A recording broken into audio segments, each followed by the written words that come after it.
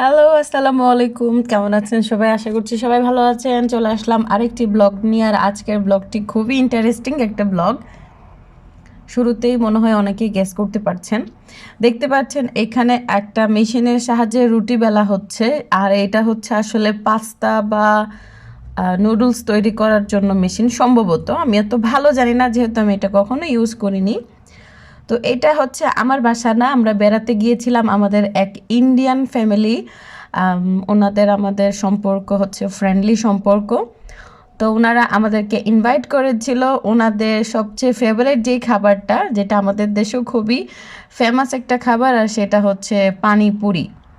তো ওনারা পানিপুরি বলে, আমরা ফুচকা বলি। তার মধ্যে আমি তফাৎটাও কিন্তু খুঁজে পেয়েছি ফুচকা আর পানিপুরির মধ্যে। ওনারা যেটা পানিপুরি খায় সেটা কিন্তু আমাদের একটা ফুচকার সাইজে, দুইটা ফুচকার সাইজে একটা পানিপুরি হবে। তো আমি যেটা আসলে পার্থক্যটা খুঁজে পেলাম, খাবার দাবার সবই সেম। ওনারা হয়তো বা সসের মধ্যে একটু মিষ্টি বেশি খায়, আমরা একটু ঝাল বেশি খাই, কিন্তু তৈরি করা খাওয়ার প্রসেসটা প্রায় সেম। তবে যেটা হচ্ছে মেইন, ওনারা নাকি খুব বড় বড় করে পানিপুরিটা খেতে হয়। ওনারা ছোট ছোট আমরা যেরকম ফুচকা খাই সেই সেই সাইজটা না, আসলে তার থেকে ডাবল। তো ওনারা যেহেতু ইনভাইট করেছিল আমরা মিলে একসাথে তৈরি করব, তাই আমাদের জন্য ওনারা ওয়েট করেছে। আমরা যাওয়ার পরে পানিপুরির জন্য যে ফুচকাটা আমরা তৈরি করি, মানে পানিপুরিটা তৈরি করি, সেটা আমরা মিলে তৈরি করেছি। তো এখানে আমি যাওয়ার পরে দেখতে পারলাম যে দিদি অলরেডি হচ্ছে উনি ডোটা তৈরি করে রেখেছিলেন।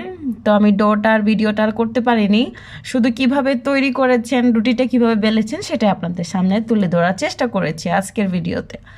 তো দেখলেন তো শুরুতেই হচ্ছে ওনারা মেশিনের সাহায্যে রুটিটাকে বেলে নিয়েছেন। যতটুকু পাতলা করে আসলে বেলা যায় সে ততই ভালো পানিপুরির জন্য। তো বেলার পরে কিন্তু আমরা 4-5জন মিলে কাজ করছিলাম টোটাল কিচেনে।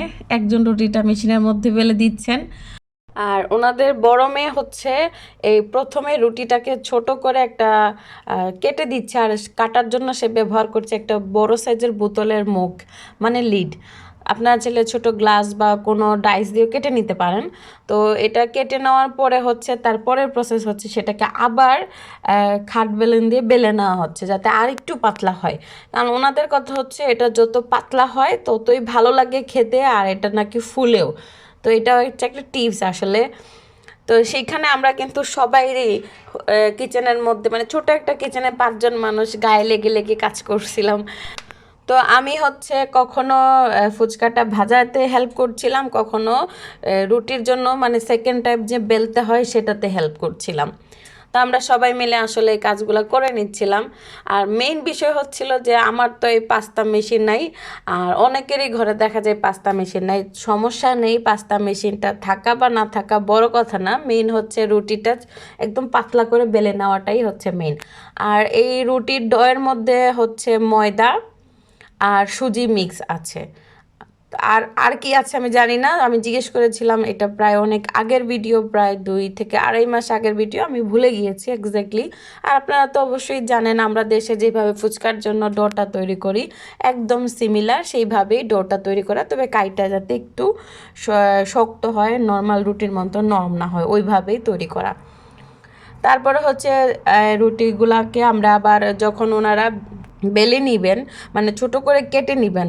তো অনেকগুলা রুটি, মানে ছোট ছোট রুটি হয় ফুচকার জন্য। তো সেই ক্ষেত্রে আপনারা কি করতে হবে, একটা মানে ভিজা কাপড় দিয়ে ঢেকে রাখতে হবে, যাতে ডোটা বা রুটিটা যে বেলে রেখেছেন সেটাতে ড্রাই না হয়ে যায়।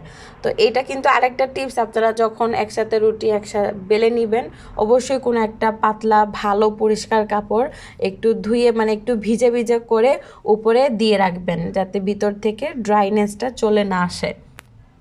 এটা হচ্ছে ইনস্ট্যান্ট যেগুলো আপনারা খাবেন। যদি শুকিয়ে রাখতে চান ওইটার হিসাব তো আলাদা, যেটা আমরা ইনস্ট্যান্ট তো খাই সবসময়, আমরা ইনস্ট্যান্ট তৈরি করে ভেজে তারপরে খেয়ে নিই।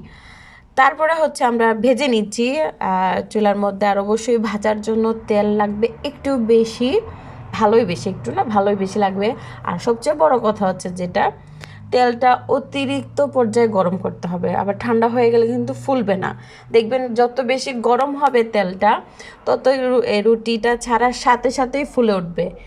তো এটা তো আপনারা সবাই জানেন, যারা জানেন না তাদের জন্য। তো ছাড়ার সাথে সাথে ফুলে আসবে, আপনারা শুধু কয়েক সেকেন্ডের মধ্যেই নামাই নিতে হবে। 10 থেকে 12 সেকেন্ড সময় লাগে একটা ফুচকা বা পানিপুরি ভাজার জন্য। এইভাবে করে আমরা সবগুলো ভেজে নিচ্ছি। আর মাঝে মধ্যে কিন্তু 1-2টা ফুলছে না, এটা হচ্ছে আমরা একটু সময় নিয়ে নিচ্ছি, কারণ আমরা প্রায় 150 মতো পানিপুরি বা ফুচকা আমরা রেডি করেছি, তাই একটু সময় লেগেছে। কিচেন যেহেতু ছোট, আর একই ফ্রাই প্যানে আমরা ভেজে নিচ্ছি। 2-3টা ফ্রাই প্যান হলে বা মানুষ আরও বেশি হলে তখন তাড়াতাড়ি কাজটা হয়। ফুচকা ভাজা শেষ, তার মধ্যে আমরা কিন্তু অনেক মজা করে নিচ্ছিলাম। যেহেতু ব্যাকগ্রাউন্ডে মিউজিক বাজছিল তাই ভয়েসটা শোনাতে পাচ্ছিলাম না। আমরা কিন্তু অনেক হাসি গল্প করে কাজ করেছি, একদম গায়ে লাগেনি। তারপরে দিদি কিন্তু অলরেডি ফুচকার জন্য যে পানিরা 2টা পানি ওনারা ব্যবহার করেন, একটা হচ্ছে তেঁতুলের টক, যেটা আমরা অবশ্যই করে থাকি, আর আরেকটা হচ্ছে পুদিনা পাতা, ধনে পাতা, কাঁচামরিচ, কিছু মশলা মিক্স করে আরেকটা পানি। আর এটার মধ্যে একটু চিনির পরিমাণটা বেশি থাকে, একটু চিনি। আমি জানি হয়তো আপনারাও জানেন, এটা ইন্ডিয়াতে যে পানিপুরিটা খাওয়া হয় সেটা কিন্তু একটু মিষ্টি মিষ্টি ভাবটা বেশি থাকে। আর আমাদের দেশে কিন্তু আমাদের টেস্ট অনুযায়ী আমরা একটু ঝাল খেতে পছন্দ করি। ফুচকার মধ্যে আমরা ঝাল খেতে পছন্দ করি, তাই সেখানে আমরা ঝালের পরিমাণটা একটু বেশি নিই। এটা ডিপেন্ড করে কে কতটুকু ঝাল খেতে পারেন। তো এইভাবে করে আসলে আপনারা বানিয়ে নেবেন। যেহেতু আমি এটা ভিডিও পুরোটা করতে পারিনি, উনি আগে থেকে রেডি করে রেখেছেন। আমরা যেভাবে নর্মালি খেয়ে থাকি আপনারা সেভাবেও বানিয়ে নিতে পারেন। তো আসলে অরিজিনাল খাবারের টেস্টটাই কিন্তু একটু অন্যরকম, ভিন্ন রকম। ফুচকার ভিতরে কিন্তু আমরা ইনস্ট্যান্ট আলু সিদ্ধ করে আর চানা মিক্স করে দিয়ে খাই, বা বুটটা সিদ্ধ করে দিয়ে খাই। আর ওনারা হচ্ছে শুধু আলুটাই ব্যবহার করে, এটুকুই ডিফারেন্স। পেঁয়াজ, চাট মশলা, কাঁচামরিচ, ধনেপাতা যেটা আমরা নর্মালি মিক্স করি, ওনারা সেইভাবে মিক্স করে। আর ওনারা যেহেতু ভেজিটেরিয়ান, তাই এখানে কোনো প্রকার সিদ্ধ ডিম ব্যবহার করা হয়নি। যেহেতু আমরা ফুচকার উপরে ডিমটা ছড়িয়ে দিয়ে খেতে পছন্দ করি, ওনারা যেহেতু ভেজিটেরিয়ান, ডিম ওনারা কিছুই খায় না। তো আমরাও ওনাদের মতো ডিম ছাড়াই খেয়েছি। টেস্ট কিন্তু কোনোভাবেই কম মনে হয়নি, আলহামদুলিল্লাহ খুবই ভালো হয়েছে।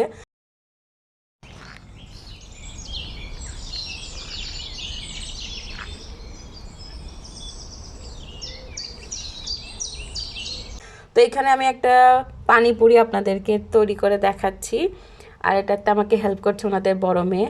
তো পানিপুরিটা প্রথমে এরকম একটু ভেঙে নিতে হবে, তারপরে হচ্ছে যেই ভিতরের খামিটা আমরা তৈরি করেছি আলু দিয়ে, সেটা দিয়ে দিবেন। তারপরে যে গ্রিন ওয়াটারটা সেটা দিয়ে দিবেন। তারপরে হচ্ছে এখানে আপনারা তেঁতুলের যে রসটা তৈরি করেছি সেটাও দিতে পারবেন। তো আমি আমারটা তৈরি করে নিচ্ছি সব কিছু দিয়ে। আর খেয়ে তো অবশ্যই আলহামদুলিল্লাহ ভালো লেগেছে। আপনাদের কাছে আমার আজকের ব্লগ কেমন লেগেছে অবশ্যই কমেন্ট করে জানাবেন। আর কারা কারা পানিপুরি আর ফুচকার তফাৎটা বুঝতে পেরেছেন বা আপনারা নিজেরা এটা ফাইন্ড আউট করেছেন, প্লিজ আমাকে কমেন্ট করে জানাবেন। সবাই ভালো থাকবেন, সুস্থ থাকবেন। আজকে এই পর্যন্তই, আল্লাহ হাফেজ।